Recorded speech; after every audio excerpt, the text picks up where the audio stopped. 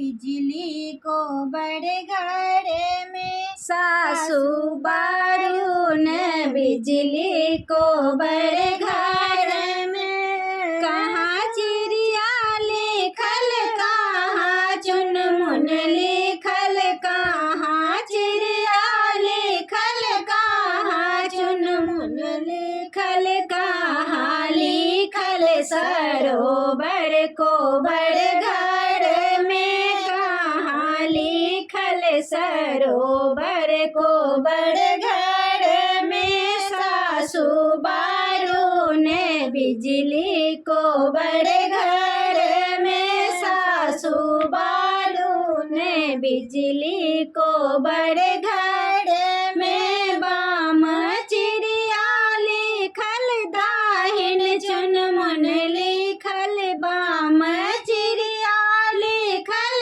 दाहिन चुनमुन लिखल, बीच लिखल सरोवर को बड़े घर में, बीच लिखल सरोवर को बड़े घर में। सासू बारून बिजली को बड़े घर में, सासू बारून बिजली को बड़े घर में। कहाँ दुल्हा बैसल कहाँ दुल्हन बैसल, कहाँ दुल्हा बैसल कहाँ दुल्हन बैसल, कहाँ बैसल बिधकड़ी को बड़े घर में, कहाँ बैसल बिधकड़ी को बड़े घर में। सासू बारून बिजली को बड़े घर में, सासू